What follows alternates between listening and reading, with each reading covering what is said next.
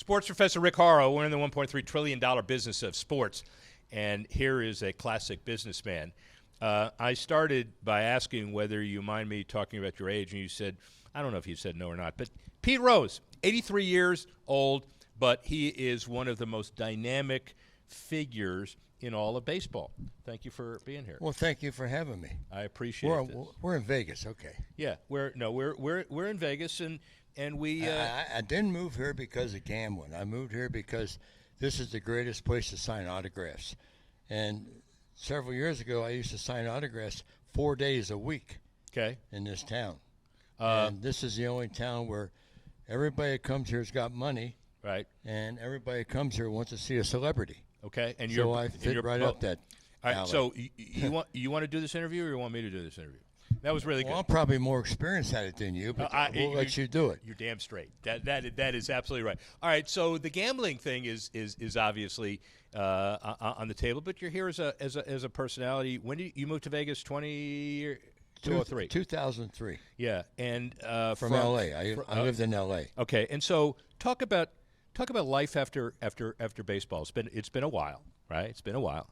Well, my last year as a player was 86. Okay. 86, yeah. So, thank you. We got a business guy here talking 38 years. Thank you very much. Because after you take off your shoes and socks, you don't know what's there. So 38 years away. I could ask generally whether you miss it, but you follow it now on a regular basis, right? I follow it every day. I mean, yeah. One way I make a living is doing a lot of appearances. Yeah. And speeches and stuff like that. What do they want to hear? Just my take on the game today, how the rules have changed, things like that. And you can't comment on that if you don't watch it. Right. All right. And so I still have a lot of good friends in the game of baseball. I love the game of baseball. I wish the commissioner nothing but good luck running the game of baseball. Yeah. Okay. Well, because what do you think of the game today on the field? There's a lot of really, really, really good players playing the game of baseball today. There's a lot of really, really, really bad teams playing the game of baseball today. If you look at the standings, which I'm sure you do, there's not that many teams in baseball out of 30 teams that are playing over 500 baseball. Right. So that's not good for us as fans. Right. I don't think. Is it any different from when you were playing? Yeah, when I played, the ball was about this big. Now the goddamn ball's about that big. Now, how many hits do you have total? I got a couple hundred more than anybody's ever played. 4,256 hits. That's a great answer, boy. Me and Ty Cobb's the only two guys that get over 4,000. Yeah. So, and you think that they've changed the size of the baseballs? Is that correct? I think the ball's juiced up. I mean, wow. Okay. I don't know how they do it. They make the baseballs in Haiti. I think the baseballs are made in Haiti. Right. And when I see some of the distance these home runs are being hit, you have to think the ball's used up. Do you? Well, let me ask you this: you think it's harder to hit today or easier to hit today? Well, a guy asked me that the other day. He said, "What do you think you'd hit if you were playing today?" Yeah. And I said, "I don't know, 190, 195." Nah, come on. He said, "Well, pitching's really that good?" I said, "No, you dumbass. I'm 83 years old." Oh, that's a really good answer. By the way, that's an opening Catskills, Cutchers? Where's that going to be? All right. Assuming you were at your prime, what do you think you would hit today? I don't know, 320, 325, 330. Okay. The batting averages, when you look at them, the league leader is at 303, and there's everybody else down in the low 200s. That just means that either the hitters can't hit as well as they could. What do you think? I remember one year Carl Yastrzemski led the American League in hitting, hit 301. Yeah, okay. You have cycles like that, okay? But there's some really good pitching out there today, but the overall pitching, I don't think.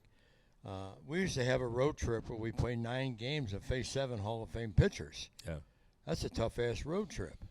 You think? I'm sorry, go ahead. I faced the Nolan Ryans and the Juan Marichals and the Sandy Koufax and Don Drysdale and Bob Gibson. I mean, those are all Hall of Fame type pitchers. So, and they got Hall of Fame pitchers today. But hitters today they seem to want to hit a home run more than they want to get a base hit. Yeah. And do you think I didn't think that way. I think base hit and I only hit 160 home runs. Well, you had to think base hit. I was a leadoff hitter for the Big Red Machine. Yeah. My job was to get on base. Was the Big Red Machine in the top 10 of teams of all time? Top 5?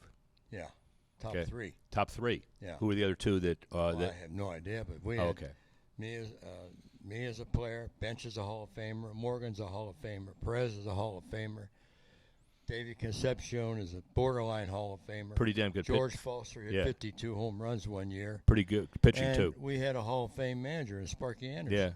Yeah, exactly. Are we going to get that kind of dynasty again because of free agency? No, I don't think so. I don't think you will. Okay. I mean, the closest thing to that right now is the Yankees. Well, they haven't shown any dynastic tendencies, have they? They got some pretty good players. You got Otani. Otani is a really good player. Dodgers. Betts is a really good player. Dodgers. Right. Freddie Freeman. Freddie Freeman. We talked about that. Player. Right. I mean, the Dodgers probably got the best personnel today now, and they're playing well. Yeah. If you waved a magic wand today, and I know this is a boardroom issue, but there's a lot of opportunity for teams to buy their way into stardom, and a lot of teams like the A's where they don't have the opportunity to do that. How do we change that? You have to have a product that you have to sell to get the people to come to the ballpark. Yeah. You know, I didn't play in the largest market in the history of baseball, Cincinnati. No, but you had a great following. Well, we did. Why? Because we won. Yeah, right. I mean, the name of the game is to win. Right. People don't want to go out and spend their money to go see a losing baseball game or a losing football game or a losing basketball game. And you had an owner that smoked a lot of cigarettes. She was great. Yeah. I love Marge. Yeah. Marge was okay. I'm sure she treated you well, too. Well, yeah. I was her favorite. Who wouldn't be? I made her a lot of money. Yeah, there you go. That's a good answer. That's correct. She was in it for money. That's correct, yeah. Do you realize we were just talking at this conference, it was SEICon conference, which is amazing. We were talking about 50 years ago and how things have changed, and we did the opening statement. You realize 50 years ago yesterday, Steinbrenner bought the Yankees for $10 million. $10 million. Wow, now he's got players he couldn't buy for $10 million. You could buy them for a week, yeah. Maybe, right? Buy them for a week. That's, all sports have changed like that. Yeah. Football has changed like that. Basketball. You see the salaries these basketball players are making? Well, look at the TV contracts. I mean, that is all related to that. We had TV. We were in a startup of TV contracts. But when you got basketball players that are mediocre, making $50 million a year, that's a pretty good job. Yeah. Do you so watch? For any of you guys that are small, forget about it. Yeah. Take growth hormones. Pads. Yeah, so you but can play that's basketball. There are hormones that you can grow in certain ways, but you're not growing in other ways. We'll just leave it at. You know how to make a hormone? Don't do it. Don't pay her. Yeah. Don't. Whoa. There's another answer to that. Okay. Well, we can't cut this stuff, so I'm sorry. We can't cut this stuff. The unfiltered Pete Rose. There we go. Talking about dog teams, you can fill in the rest of the word. Is Vegas going to support the A's when they move here? I hope so. But whether it's Vegas or whether it's this town or that town or this town, they're not going to support them if they don't win. Yeah, that's a good point. Yeah. I mean, money's hard to come by today. Yeah. And why do you want to support somebody that's going to lose 100 games? Yeah. And they can't win in Oakland. Yeah. Yeah. Oakland was a pretty good team back in the 70s. But remember when they strung together Moneyball and they had a couple of really good years with no salary dollars? But that's rare, right? As we know. It's rare, especially today. I mean, you get what you pay for. Yeah. And the Raiders, they came here and had a couple good years, but now they're not doing so well. People aren't going to support bad teams. Yeah. There's too many good teams to support. Does Charlie Hustle believe that Major League Baseball players give it their all now, or do we need to kick them all in the ass? Well, that's a big statement because I'm not going to tell you when I played, everybody played like I did. Okay. There's some guys that bust their ass every day, and there's some guys that will never bust their ass. Yeah. And it's up to you as manager or general manager to get rid of the guys that don't bust their ass. More Because players it's like cancer on the team. Yeah, more players don't bust their ass today or before. Are they all entitled to today or not? Players bust their ass today, then they get the big contract. Yeah. Then they go don't on cruise control. Yeah. Yeah. Okay. I would never do that. Guaranteed contracts good for baseball or not? Good for the players. Yeah. Okay. What about the industry?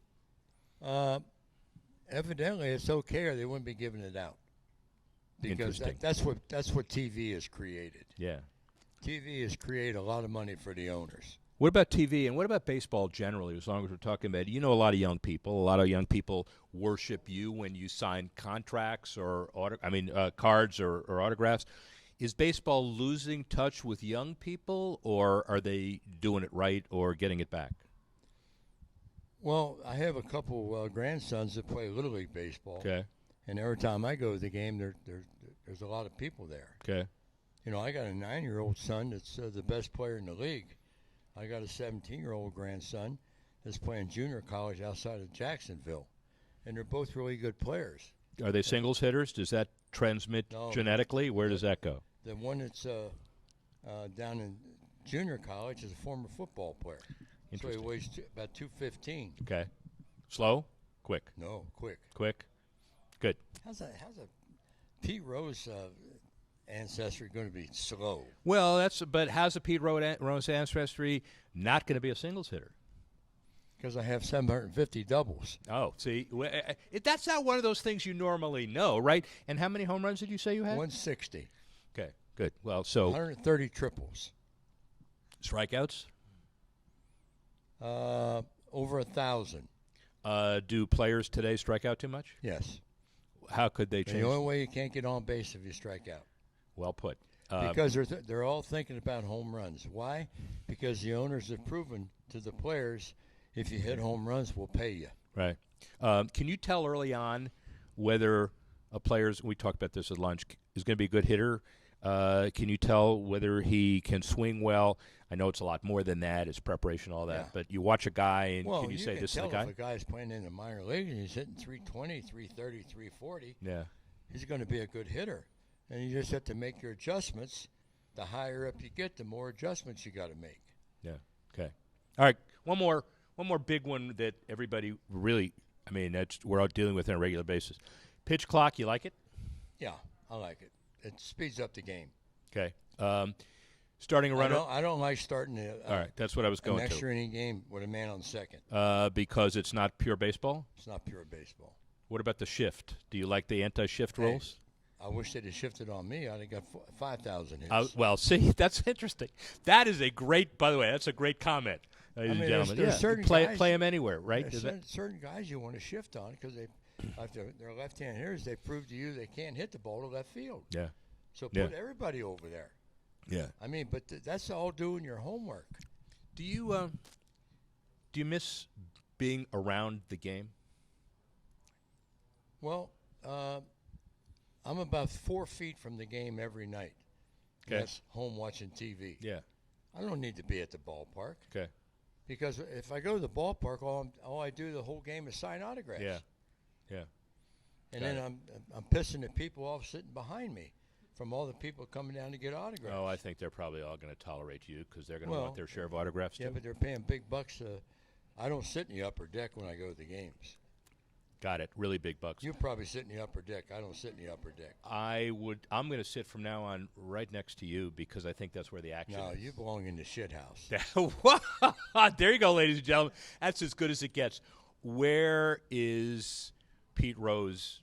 What are you going to do for the next half of your life? You're 83. What's next?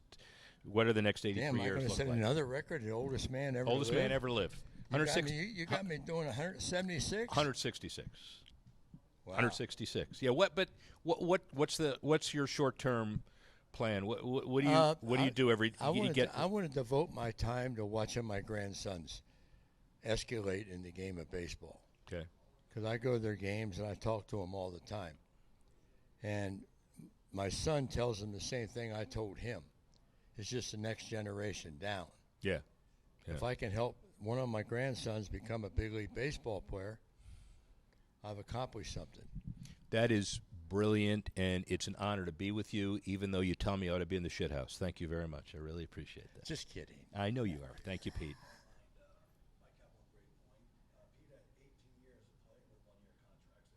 Yeah. You know what? That's a good point. So here's my question on that one: is I didn't get a multi-year contract on with the Philly. Remember when you talked about guaranteed contracts and it's good for the player? Now, you had 18 one-year contracts. Did it bother you? Did you think that, well, I should have it? No, nobody had multi-year contracts. Right. I didn't get a multi-year contract until the 79 season when I went to Philadelphia and I signed a 5-year contract. Yeah. For $810,000 a year. Did you made me the highest paid player in sports in 1979. $810,000 a year. Now Ohtani makes $60 million a year. $810,000 a game, maybe. I mean, who knows what that number is? Maybe. But here was my question then about just one more follow-up. So you sign that contract and you see what it does maybe to other players. Do you think subconsciously or not you change, or do you go out and play the same way every day, even with that 5-year contract there? Well, that's the individual. Yeah. I want to prove to the team that they did the right thing by signing me. Plus, I went to Philadelphia, and we won a World Series and finished second in another World Series. So, right. And the World Series we won was the first time in 86 years. And that's a long time to wait for a World Championship. Well, and the only people that almost love you as much as people in Cincinnati is people in Philly. They love you. But by the way, everybody in the world loves you. It's really exciting to be with you. I went to Philadelphia, and always ever told they're tough fans. They're tough fans if you don't play tough. Yeah. Right. You know, I mean, they'll boo the crack in the Liberty Bell if you don't play hard. Well, okay. Well done. So I went there with the mindset to play hard every day and help them win. And that's exactly what I did. Plus, I had Mike Schmidt, Lazinski, and guys like that to help me. Yeah. And by the way, Mike Schmidt's the greatest third baseman ever to live. I will tell him that. He appreciates that. He doesn't need you to tell him that. He knows that. And part of what his makeup is Rosian. I mean, he wakes up every day still, and he, type A, gets through the day. He knows exactly what he wants to do, and he's had some health issues. And, you know, you get through the day, too. So he reminds me of you, and you remind me of him, and I'm honored to be around you. Thank you very much. Well, think about it. You got a moment. You got tape, right? We're good. Okay. We okay? Don't turn it off. We all right? Good. All right. Here's how lucky I've been in my baseball career. Okay. I played with Mike Schmidt, Barry Larkin, Joe Morgan, Tony Perez, Johnny Bench, Gary Carter, Andre Dawson, Tim Raines, and Frank Robinson.